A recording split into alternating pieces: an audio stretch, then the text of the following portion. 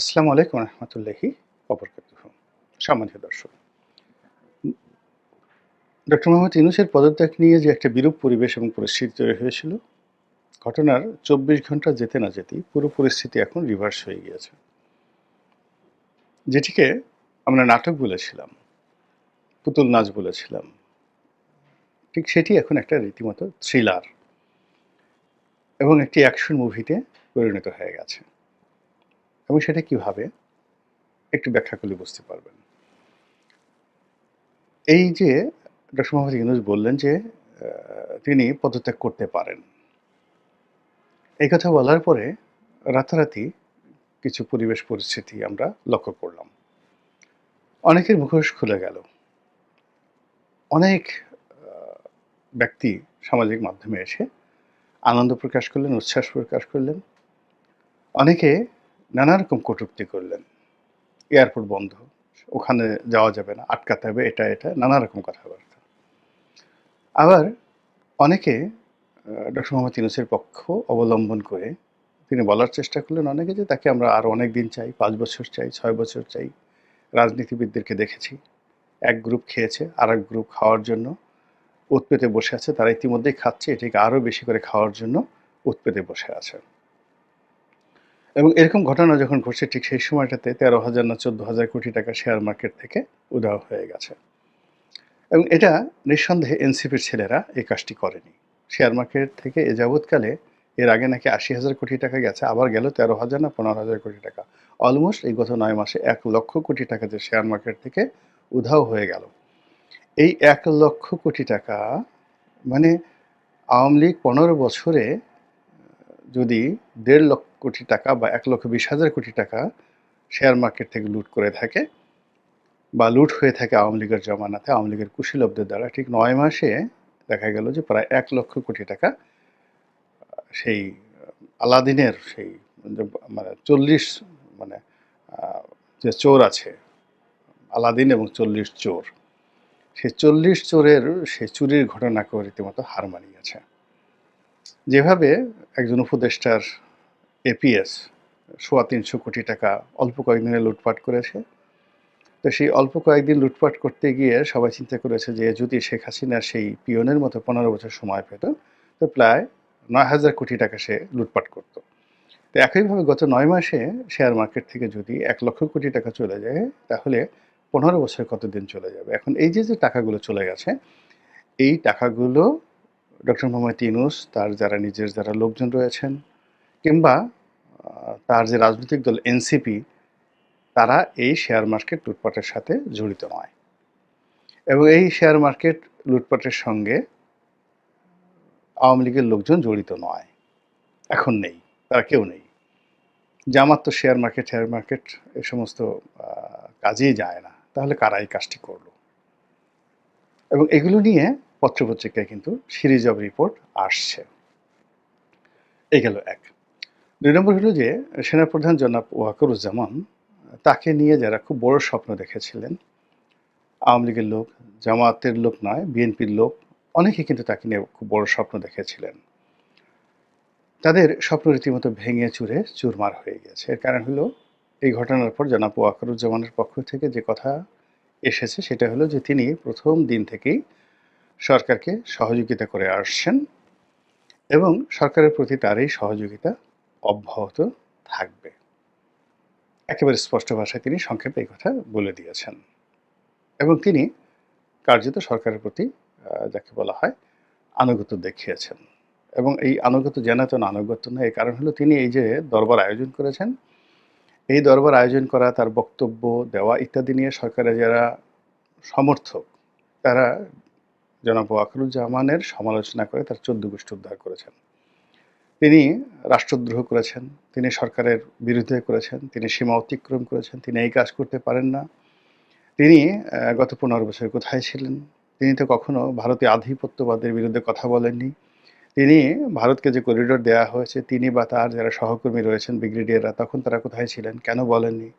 এখন আমেরিকার কথায় বা জাতিসংঘের কথায় যে মানবিক করিডোর দেওয়া হচ্ছে, এটা দেশের প্রয়োজনে, রোহিঙ্গাদের প্রয়োজনে, কৌশলগত কারণে দেওয়া দরকার এবং এখানে সিকিউরিটি লেভেল অর্থাৎ এখানে আমাদের জাতীয় নিরাপত্তার যে লেভেলটা রয়েছে এটা জনাব খলিলুর রহমান, ডক্টর মোহাম্মদ ইউনূস এবং সরকারের যারা কর্তা ব্যক্তি তারা আন্তর্জাতিক স্ট্যান্ডার্ড নিয়ে, অভিজ্ঞতা নিয়ে যেভাবে বোঝেন বাংলাদেশ সেনাবাহিনীতে এরকম কেউ নেই, এই জিনিসটা বোঝার মতো এরকম একটা ন্যারেটিভ সরকারের পক্ষের যারা সমর্থক তারা কিন্তু তুলে ধরেছেন।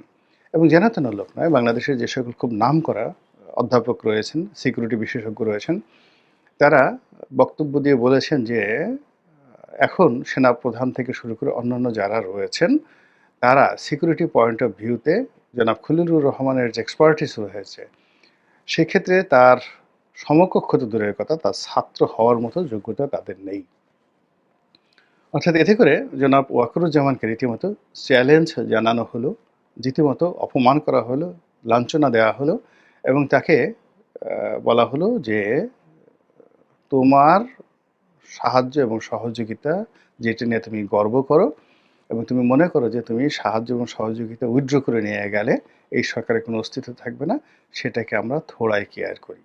এইভাবে দেশের ভেতরে এবং দেশের বাইরে একটা যাকে বলে বাক যুদ্ধ ক্যান্টনমেন্টের বিরুদ্ধে, ওয়াকারুজ্জামান সাহেবের বিরুদ্ধে গড়ে তোলা হলেও এবং তার প্রেক্ষিতে জনাব ওয়াকার এবং তার যারা লোকজন রয়েছেন কোনো প্রতিক্রিয়া না দেখিয়ে সিম্পলি বললেন যে তারা সরকারকে সমর্থন করেন, অতীতে যেভাবে করেছেন এখনও করেন এবং আগামীতে করবেন। গেল এই পার্ট। দ্বিতীয় যে বিষয়টি সেটি হলো যে সরকার সমর্থক পত্র পত্রিকাগুলো রয়েছে, বুদ্ধিজীবী রয়েছে এবং তাদেরকে আমরা সবাই জানি যে কোন কোন পত্রিকাগুলো কোন কোন ব্যক্তিগুলো যারা সমাজের একটা লেভেলে তারা অবস্থান করছেন এবং এখানে পরস্পর বিরোধী লোকজন তারা সবাই একসঙ্গে একই সুরে ডক্টর মোহাম্মদ ইউনূসকে সমর্থন জানালেন। যেমন ধরুন প্রথম আলোর মতিউর রহমান কিংবা ডেইলি স্টারের মাহফুজ আনাম, তার সঙ্গে আমার দেশের সম্পাদক মাহমুদুর রহমান। অর্থাৎ প্রথম আলোর মাহফুজ মতিউর রহমান আর মাহফুজ আনাম হলো ডেইলি স্টার, এই দুইটি পত্রিকা আর আমার দেশ এদের সম্পর্ক বিপরীত মেরু, দা কুমড়ার। আর ব্যক্তি হিসেবে মাহফুজ আনাম মতিউর রহমানের সঙ্গে মাহমুদুর রহমানের সম্পর্ক অহিনকুল। আবার যদি ধরেন আপনি পিনাকি ভট্টাচার্য সরকারের এই মুহূর্তে ডক্টর মোহাম্মদ ইউনূসের সবচেয়ে বড় বান্ধব, তো তার সঙ্গে প্রথম আলোর ডেইলি স্টারের যে সম্পর্ক সেটাও এরকম দাকুমার সম্পর্ক। কিন্তু এইবার এই যে ডক্টর মোহাম্মদ ইউনূস যখন বললেন যে আমি পদত্যাগ করতে পারি, এই কথা যখন ছড়িয়ে পড়লো তখন বিশাল এক নিবেদন, আবেদন যাকে বলা হয়, জানালেন মাহফুজ আনাম সাহেব যে ইউনূস ভাই আপনি যাবেন না, আপনি যেতে পারেন না। আর অন্যান্য যারা আছেন পিনাকি সাহেব থেকে শুরু করে অন্য যারা আছেন তারা তো তাদের স্বভাব সুলভ ভঙ্গি অনুযায়ী ওয়াকারুজ্জামান থেকে শুরু করে ভারত, দিল্লি এবং আওয়ামী লীগ, বিএনপি, সালাউদ্দিন সাহেব, মির্জা ফখরুল সাহেব থেকে শুরু করে এমনকি তারেক রহমান সাহেবের 14 গোষ্ঠী উদ্ধার করে এই কয়দিনে একেবারে সর্বনাশ করে দিয়েছেন। এরপরে যেটি হলো যে মাহমুদুর রহমান সাহেব অর্থাৎ দিল্লি এবং স্টার বলতে যেটাকে বোঝা হয় ডেইলি স্টার, তারাও এখন ডক্টর মোহাম্মদ ইউনূসের পক্ষে দাঁড়িয়েছেন। আর অন্যদিকে মাহমুদুর রহমানের আমার দেশ, তিনি স্পষ্টতভাবেই কতগুলো কথা বলেছেন। তিনি গত কয়েকদিন ধরে সরকারের সমালোচনা করছিলেন, আমিও যেমন সরকারের সমালোচনা করি, তো তিনিও ঠিক সেইভাবে দেখলাম যে এই সরকারের যে ব্যর্থতাগুলো রয়েছে সেই ব্যর্থতা নিয়ে এই সরকার আসলে সামনে এগোতে পারবে না, বা এই সরকার যেভাবে একটার পর একটা ব্যর্থতা দেখে আইন শৃঙ্খলা রক্ষা করা অন্যান্য ক্ষেত্রে, সেক্ষেত্রে অন দ্য লং রানে এই সরকার ভালো কিছু করবে এইরকম যাকে বলা হয় কোনো সম্ভাবনা জনাব মাহমুদুর রহমান দেখছেন না, এইরকম একটা বক্তব্য সোশ্যাল মিডিয়াতে ভাইরাল হচ্ছিল। এর ফলে অনেকেই কিন্তু ধরে নিয়েছিল যে মাহমুদুর রহমান সাহেব হয়তো সরকারের সমালোচক হয়ে উঠেছেন। কিন্তু এই ঘটনার পর অর্থাৎ যখন তিনি ঘোষণা দিলেন যে তিনি পদত্যাগ করতে পারেন বা করবেন, তখন মাহমুদুর রহমান সাহেব সরাসরি ডক্টর ইউনূসের পক্ষ অবলম্বন না করেও তিনি জেনারেল ওয়াকারুজ্জামানকে যে চ্যালেঞ্জ ছুড়ে দিলেন, তিনি এবং অধ্যাপক শহীদুজ্জামান ঢাকা বিশ্ববিদ্যালয়ের নামকরা অধ্যাপক এবং যাকে বলা হয় মিলিটারি এক্সপার্ট, এবং তিনি শহীদ প্রেসিডেন্ট জিয়াউর রহমানের সামরিক উপদেষ্টাও ছিলেন। সিকিউরিটি এক্সপার্ট হিসেবে তিনি দায়িত্ব পালন করেছেন। তো যাই হোক, তো তারা সরাসরি সমালোচনা করলেন এবং মাহমুদুর রহমান সাহেবের যে সমালোচনা, এটি ছিল ক্ষুরধার। তিনি সরাসরি বললেন যে, "আপনারা এখন ডক্টর মোহাম্মদ ইউনূসকে সমালোচনা করছেন, করিডোর দেবেন না, বন্দর দেবেন না, ইত্যাদি, ইত্যাদি অনেক কিছু। কিন্তু এই বন্দর তো ভারতকে দিয়ে দেওয়া হয়েছিল। ভারত এটা অনায়াসে তারা ব্যবহার করত বন্দর। তারপরে ভারতকে করিডোর দেওয়া হয়েছিল এবং যেন-তেন করিডোর না, সেখানে ভারত এখান দিয়ে রেলপথ দিয়ে, তারপরে এখান দিয়ে রাস্তা দিয়ে, নৌপথ দিয়ে, তাদের সামরিক সরঞ্জামাদি, যুদ্ধ সরঞ্জামাদি তারা এই বাংলাদেশের ভূমি ব্যবহার করে তাদের অন্য জায়গাতে নিয়ে যেতে পারবে। তো তখন আপনারা কি করেছেন? তো এখন আমেরিকান অস্ত্র যদি করিডোর দিয়ে বাংলাদেশের ভিতর দিয়ে মায়ানমারে যায় তাতে সমস্যাটা কি?" এইরকম যে ডাইরেক্ট যে চ্যালেঞ্জ, এইরকম চ্যালেঞ্জ বাংলাদেশে বসে একমাত্র মাহমুদুর রহমান সাহেবের পক্ষে দেওয়া সম্ভব এবং তিনি সেটা দিয়েছেন। অন্যদিকে যেটা হলো, সেটা এই মুহূর্তে বিএনপি যে হার্ডলাইনার হিসাবে তারেক রহমানের একেবারে ডাইরেক্ট রিপ্রেজেন্টেটিভ হিসেবে যাকে মনে করা হয় এবং যিনি মির্জা ফখরুলের জায়গাতে অভিষিক্ত হবে জনাব সালাউদ্দিন সাহেব। তো তাকে নানাভাবে ট্যাগ দিয়ে তার যে ক্ষমতা, তার যে চলাফেরা এবং তার যে ব্যক্তিগত জীবন, এটি রীতিমতো হারাম করে দেওয়ার চেষ্টা করা হচ্ছে। বিএনপি বিরোধী শক্তি তো আছেই, তার সঙ্গে সঙ্গে এই সরকারের পক্ষের যারা লোকজন রয়েছেন তারা। অর্থাৎ তিনি রয়্যাল লোক, তিনি দুর্নীতিবাজ, তিনি এসালামের লোক, এরকম নানা রকম কথাবার্তা। তিনি ওর কাছ থেকে টাকা নেন, এর কাছ থেকে টাকা নেন, ইত্যাদি, ইত্যাদি নানা রকম কথাবার্তা বলে তিনি রয়ের পক্ষ হয়ে কাজ করছেন। ভারতে তিনি প্রাসাদোপম অবস্থাতে ছিলেন এবং এর সঙ্গে জামাত শিবিরের যারা লোকজন আছেন তারা, তার সঙ্গে সঙ্গে অনেকেই প্রকাশ্যে অবস্থান নিয়েছেন এবং তাকে এভাবে রয়ের ট্যাগ যখন দেওয়া হচ্ছে, ঠিক সেই সময়টাতে এই নিউজটিকে মূলধারার গণমাধ্যমে এনে জনাব মাহমুদুর রহমান বললেন যে সালাউদ্দিনকে তুলোধনা করা হচ্ছে ফেসবুকে। এটাও জনাব সালাউদ্দিন এবং বিএনপির জন্য, রাজনীতির জন্য এই মুহূর্তে একটা রীতিমতো বোম ব্রাস্টিং। এবং অন্য যে নিউজটি মাহমুদুর রহমানের পত্রিকা করেছেন, আমি যখন এই শিরোনামটি দেই, আজকের এই যে শিরোনামটি দেই, এটা মূলত গতকালের আমি শিরোনামটা দিয়েছি। তো আমি যে সময়টাতে শিরোনামটা দেই, ঠিক সেই সময়টাতেই মাহমুদুর রহমান সাহেবের তার ঘণ্টাখানেক পরে আমি নিজে নিজে শিরোনামটা লিখে আই ওয়াজ ওয়েটিং যে আমি আজকে এটা রেকর্ডিং করব। কিন্তু আজকে এসে দেখলাম যে তার একটা যে নিউজ, আমার দেশের যে অনলাইন পোর্টাল রয়েছে, সেই অনলাইন পোর্টালে তিনি স্পষ্টভাবে বলেছেন ডক্টর মোহাম্মদ ইউনূসের পক্ষে জাতিসংঘ আছে, তার পক্ষে ইইউ রয়েছে, ইউরোপিয়ান ইউনিয়ন রয়েছে, আমেরিকার একেবারে গ্রিন সিগন্যাল রয়েছে। কাজেই তাকে সরানো এত সহজ নয় এবং এটা সত্য। এটাই আমিও নিজে যে জিনিসটা বলতে চাচ্ছি যে এর কারণ হলো যে ডক্টর মোহাম্মদ ইউনূসকে ইইউ ইতিপূর্বে অর্থাৎ ইউরোপিয়ান ইউনিয়ন যেভাবে তার পক্ষে দাঁড়িয়েছে এবং যেভাবে তাকে একটা ব্ল্যাঙ্ক চেক দিয়েছে যে তিনি তার সংস্কার কার্যক্রম চালাতে পারেন অনির্ধারিত সময় পর্যন্ত। নির্বাচনে কোনো কথাবার্তা তারা বলেনি, তারা সংস্কার নিয়ে কথাবার্তা বলেছে। তো ইউর মতো একটা সংগঠন যেভাবে তার পক্ষে অবস্থান নিয়েছে, ইট ইজ আনপ্যারালাল। এরপর তার পক্ষে অবস্থান নিয়েছে জাতিসংঘ, এটা আমরা সবাই জানি এবং এখানে খলিল রহমান বলেন, তার নিজের ব্যক্তিগত রিলেশন বলেন, আমেরিকান কানেকশন বলেন, জাতিসংঘ তার পক্ষে আছে এবং সেই জায়গাটিতে নির্বাচন বা অন্য যে কোনো জায়গায় বিএনপির পক্ষে কথা বলার চেয়ে জাতিসংঘ এখন আকার ইঙ্গিতে যে কথাগুলো বলছে সেটা আলটিমেটলি আওয়ামী লীগের পক্ষে চলে যাচ্ছে।